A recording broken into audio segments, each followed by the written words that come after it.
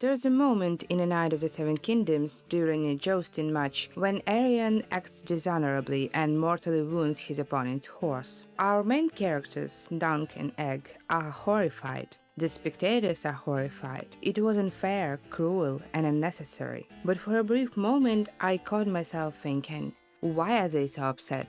Isn't this normal for this universe? Isn't a crowd supposed to cheer for cruelty and call it entertainment? Isn't their outrage a little naive? And the thought horrified me. Have I become absolutely irreversibly cynical? It's been years since my country was invaded. The war is ongoing and the world is watching. Death, oppression, and constant suffering have been part of everyday life ever since. I remember that things used to feel different, but I don't really remember how that felt anymore. Now there's just rage, powerlessness, the sense that no one's listening, and you can't stop caring about this, about other atrocities happening elsewhere, even while you're constantly told this is just how the world works. It's cruel, it's senseless. Powerful people chase their ambitions, but you are small, you are limited, you can't change anything. Sometimes that message comes from others, but often it comes from inside. This is how numbness sets in. And I know it's not just a personal flaw, it feels like a broader cultural mood. How do I know? Because our stories reflect it. Everything is morally grey, everyone has their truth, and there are no clear heroes, only perspectives. So is there still room in this climate for the small, simple hero? The last place I expected to find that forgotten archetype was in a story from the Game of Thrones universe, and it felt refreshing. So I wanted to talk about this show. I want to talk about what it's doing structurally, about the choice to center a small hero in fantasy and in storytelling in general. We're going to talk about the first 4 episodes of A Knight of the Seven Kingdoms, so there will be spoilers up to what's being released at this moment. And if you're interested in conversations about writing, storytelling, media, and sometimes how all of that intersects with ethics and psychology, you're very welcome here. I post twice a month and the channel is still very small, so I truly appreciate every single person who chooses to be part of it. Alright, let's talk about why one awkward hedge knight made cynicism feel optional. Starting in the late 1990s and blossoming in the 2000s, television entered what critics have called a golden age. Production values improved, sure, but the real shift was about who we put at the center of the story. When you think of what defines serious television, it's rarely the knight in shining armor. It's Tony Soprano strangling a man while seeing a therapist. It's Walter White watching someone choke to death and deciding not to intervene. It's Don Draper selling nostalgia while being hollow inside. And it's Tyrion Lannister being clever enough to survive in a world where goodness is mostly a liability. The prestige protagonists. There's a famous line from The Sopranos pilot where Tony says, "It's good to be in something from the ground floor." What the show did, and what so many shows after it followed, was shift the ground floor of storytelling itself. The morally compromised man became the most interesting person in the room. Then came Breaking Bad, and suddenly the entire cultural conversation was, when did you stop rooting for Walter? From the beginning? Or when he let Jane die? Was it when he poisoned the child? I'm pretty sure someone is debating it on Reddit right now. Even once Walter was clearly a monster, people still wanted to see how far he would go. We were rooting for him because he was fascinating. In Game of Thrones, the early shock of Ned Stark's death trained us. Don't get attached to moral clarity. Goodness does not protect you, and honor will likely get you killed. This world rewards calculation, so you adapt as a viewer. Instead of investing emotionally, you start scanning the room for power dynamics. You're thinking, what's the next move? Who's about to be betrayed? Who's not making it out alive? In Succession, there isn't a single character you can root for in a clean way. You know they won't become better people. You're watching a corporate blood sport. You admire the cruelty and analyze the maneuvering. You might have a favorite, but you are not defending their soul. Culturally, this mode became synonymous with maturity.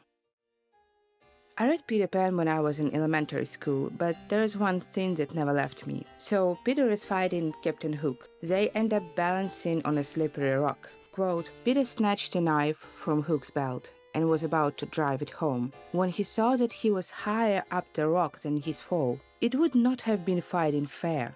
He gave the pirate a hand to help him up. It was then that Hook beat him. Not the pain of this, but its unfairness was what dazed Peter. It made him quite helpless. Every child is affected thus the first time he is treated unfairly. No one ever gets over the first unfairness. No one except Peter. So no one wants to be the child who is shocked by unfairness, who extends a hand and gets beaten for it. Growing up means learning to expect the bite. We call it realism. We tell ourselves, of course they'll betray him. Of course the crowd will cheer for cruelty. Of course goodness loses. Even in fantasy, especially in fantasy, grimdark became the dominant aesthetic. George Martin's A Game of Thrones was a step change in the genre. The realistic fantasy approach and the anyone can die aspect had been done before, but Martin popularized it, and he brought a tone to the genre that had largely been unseen. Characters were morally led and self-aware. Reading the series, you are supposed to feel like a seasoned adult who understands that honor is often a facade, someone capable of taking a cynical view. For a while, it seemed like this was the only kind of story people wanted to see. This isn't bad storytelling. These are some of the greatest shows ever made. But the experience is different. You observe, interpret, you dissect. You don't fully trust the moral world of the story, so you don't fully give your heart to it. There are dozens of essays from the 2010s celebrating the rise of the antihero. Critics argued that moral ambiguity reflected reality because clear heroes were simplistic relics of a less sophisticated era. If a character was too good, they were boring. Which is why something strange happens when A Knight of the Seven Kingdoms opens with a tall, slightly awkward hedge knight who genuinely believes in the vows he took. When Dunk reacts with horror at cruelty, it feels out of place in the Game of Thrones universe. Because we expect the crowd to cheer. We expect betrayal, calculation, and casual brutality. We assume every interaction hides an angle. That expectation didn't come from this particular show, but from years of stories that taught us to watch with distance. And then nothing happens the way we expect. Dunk talks to people and they actually respond to him. Must you mock me? He asks the sex workers who are used to being defensive and sharp, and trying to offend him for no reason other than that their lives are awful. But when he says it, there's no sarcasm or aggression, and for a moment they realize they don't actually want to mock him. In every interaction, Dunk is simply true to himself, and people respond to that. They like him because he's genuinely likable, and it kind of reminds me of the old hero type that seems to have been forgotten, the small hero.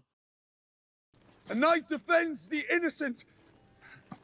That's all I did. By small hero, I mean someone who isn't born into power, who doesn't wield systemic influence, whose strength isn't political leverage or mastery of violence, but whose core is moral intent. They are flawed, limited, human in ways that are visible and honest, and they try to do right even when it's inconvenient or dangerous. Sam from The Lord of the Rings is not a warrior, not a strategist, he's a gardener. When he chooses to carry the exhausted Frodo up the stairs, it's just because it's the right thing to do. Peter Parker of early Spider-Man is just a kid with a responsibility, trying to protect people bigger and stronger than he is. If all that sounds old-fashioned, that's because it is an old archetype, one that we have seen throughout storytelling history, often in places we don't immediately credit. But the small hero doesn't mean simplistic. There is a common misunderstanding that if a character is morally clear, the story must be shallow or naive. And I absolutely get where that comes from. I can't even count the number of stories where the protagonist is outright boring, flat, or obnoxious, and the villain ends up being the most interesting character, the one you actually want to root for. But can we really say that a moral heroic character is unrealistic? In real life, there are people who risk their life for others, who speak up and get killed for their values, who dedicate their time and careers to being volunteers, saviors, or voices for the weak and innocent. I'm sorry, but calling the small hero unrealistic feels like a dismissal of all of them. I believe that if a good character feels boring or simplistic, it's just a skill issue. Yes, It's a very common issue apparently, and writing a nuanced, compelling hero is far harder than an interesting antihero or villain. It's even harder to write a realistic hero in a realistic, meaning deeply imperfect world. That's what makes A Knight of the Seven Kingdoms feel special to me. If this was simply a story about an honorable knight in an honorable fantasy realm, it wouldn't be striking. But Dunk exists in Westeros, a world we already know to be greedy and merciless. That contrast is the premise. It demands a different kind of writing. Why do characters act as they do? What motivates them beyond their moral compass? And how does that motivation align or clash with their instinct to do good? Could they be corrupted? And what would it take? When a writer doesn't engage with questions like this, we get the flawless, self-assured, always competent protagonist with no visible struggle other than external obstacles. You are meant to root for them, but it's exhausting and it feels hollow. Ironically, you end up rooting more for the villain, because the villain actually does something human: doubt, greed, cunning, failure, risk. But in a well-written story, the tension and the nuance might come precisely from the struggle to remain good in the face of forces that punish goodness. In the first 4 episodes, Dunk gets mocked and underestimated, he's socially clumsy, he's told to read the room better, he's in a world where calculating self-interest would be a more effective survival strategy. And still he chooses honor. Dunk is not resisting a villain in a conventional way, but rather a corruption of spirit. He's resisting the idea that cynicism is the only wise stance. That concept differentiates the small hero from the tropey good guy, and that's the difference between a character you observe and a character you root for with your whole heart. There's something I've been thinking about when it comes to rooting for characters, and I think A Knight of the Seven Kingdoms makes it clearer than most stories I've seen in years. In a lot of recent shows or books, we end up rooting for a character because they've been mistreated, pushed around, victimized. We watch them stumble through suffering, and there is a certain pleasure in hoping they overcome it. Maybe they survive, or get revenge, or finally get the thing they've been fighting for. It's satisfying in the same way as watching Cinderella finally get the prince after years of mistreatment. It's relatable and empowering, but it's rarely about moral compass. The choices of these characters aren't always about integrity or virtue. They're about survival, vindication, some external reward. That's classical underdog storytelling, and I don't mean to dismiss it, but it's not what I'm talking about when I say small hero. Their conflict comes not from will they get what they want, but from can they keep doing what is right when doing right is difficult and unrewarded. Watching Dunk act with integrity, even when it seems pointless in the moment, makes you care about him differently. You are invested in goodness itself, and that is so rare now it almost feels radical. It's the difference between rooting for triumph and rooting for virtue. One is transactional. Suffering plus effort equals reward. The other is intentional. You believe in the choices themselves, even when the world might punish them. And that deliberate investment, the act of caring about someone trying to be good, is what makes stories like this feel fresh. There is an essay David Foster Wallace wrote in the 90s where he talks about irony becoming the dominant mode of American culture. Irony as armor and a way to never be fully caught caring about anything. For a while, that armor made sense. If simplistic sincerity is the child who believes everything at face value, then irony is like a teenager who realizes the world is flawed and refuses to be fooled again. It's sharp.